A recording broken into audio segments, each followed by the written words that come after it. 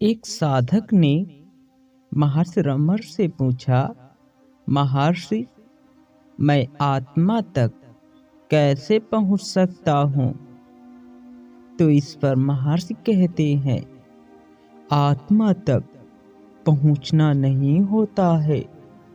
यदि पहुंचना होता तो इसका यह अर्थ हुआ कि आत्मा इस स्थल और पल में नहीं है और उसे प्राप्त करना अभी बाकी है। जो नए सिरे से प्राप्त किया गया है वह खो भी जाएगा तो वह अनित्य होगा। अनित्य वस्तु के लिए यत्न करना उचित नहीं है। आप अभी इसी पल में आत्मा है। आपका कोई गंतव्य स्थान नहीं है जिसे आपको प्राप्त करना है। आप नित्य हैं, आप शाश्वत हैं, आप निरंतर हैं। आप पहले से ही वह हैं जिसे आप आत्मा कहा करते हैं। आत्मा के सिवा और कुछ भी नहीं है। असल में हकीकत यह है कि आप अपनी उस आनंदमय अवस्था से अनजान हैं जो अभी इसी वक्त आपकी है। शुद्ध आत्मा स्वयं आनंद है। अज्ञान बीच में आकर उस पर पर्दा डाल देता है। सारे प्रयत्न केवल मिथ्या ज्ञान रूप अज्ञान को दूर करने के लिए किए जाते हैं। आत्मा को गलती से देह मन के साथ एक रूप मान लेना मिथ्या ज्ञान है। यह गलत तदात्म अवश्य जाना चाहिए, तब केवल आत्मा शेष रहता है। इसलिए साक्षात्कार सब लोग कर सकते हैं। साक्षात्कार के लिए साधकों में रहा हुआ भेद कोई अर्थ नहीं रखता।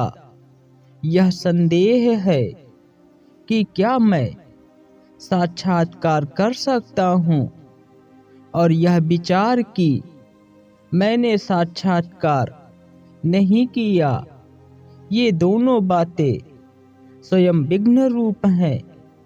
इन दो अवरोधों से बचना आवश्यक है।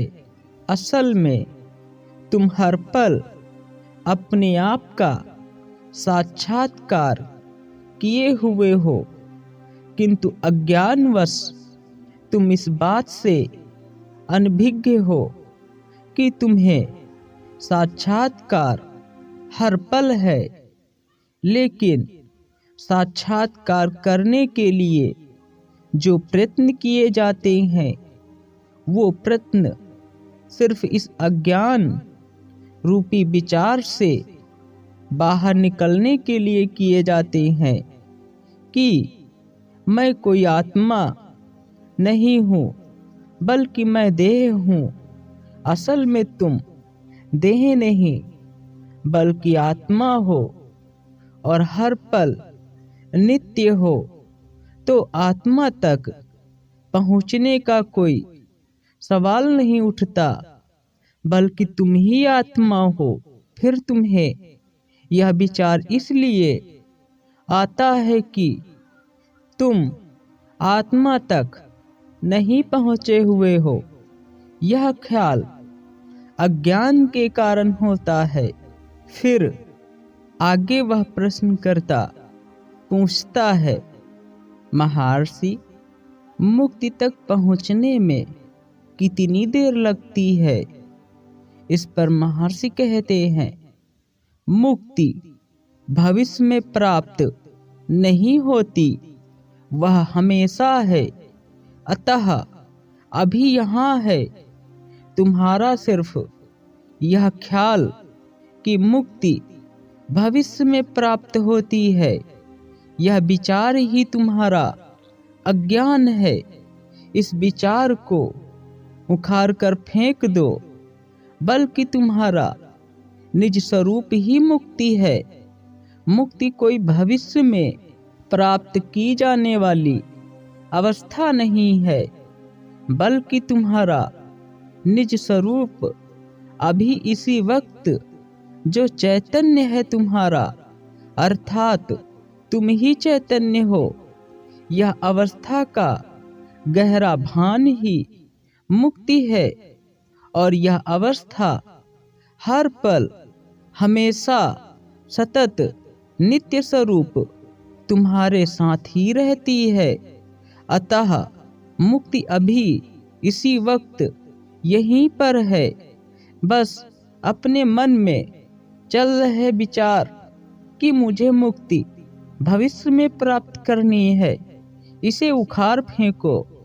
बस इस विचार को गहरा होने दो कि मुझे मुक्ति अभी इसी वक्त प्राप्त है।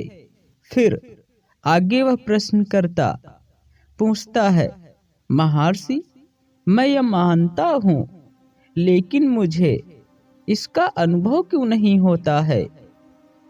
इस पर महर्षि कहते हैं, अनुभव अभी और यहाँ है। कोई भी अपने आत्मा का निषेध नहीं कर सकता। फिर वह प्रश्न करता आगे पूछता है, महर्षि, उसका अर्थ है कि वह सत्ता है, आनंद नहीं। इस पर महर्षि कहते हैं, सत्ता और आनंद एक ही है, और आनंद तथा अस्तित्व एक ही है। अर्थात आनंद, सत्ता, अस्तित्व, आत्मा, मुक्ति, ये सब एक ही हैं। सिर्फ शब्दों का भेद है। इन शब्दों में से मुक्ति शब्द कई कल्पनाएं जगाता है। कोई उसे क्यों ढूंढे? लोग मान लेते हैं कि बंधन है, इसलिए मुक्ति ढूंढते हैं, लेकिन वस्तुतः बंधन नहीं है, केवल मुक्ति है। उसे नाम देकर आप क्यों ढूंढते हैं? शब्द तो खोखले हैं, उनमें वो भाव नहीं मिलता है जो भाव असल में होता है। तो मुक्ति शब्द को क्यों ढूंढते हो? बल्कि मुक्ति जो अवस्था है, वह तो तुम्हें प्राप्त ही है। वह तुम्हारे स्वरूप से अलग नहीं है। तुम हर पल मुक्त ही हो।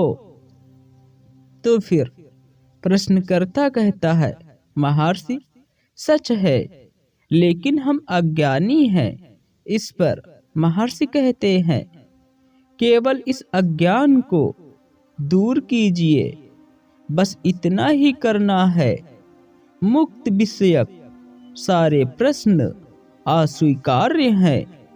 मुक्ति का अर्थ बंधन से छूटना है। इससे बंधन का अस्तित्व सूचित होता है, बंधन नहीं है, अतः मुक्ति भी नहीं है।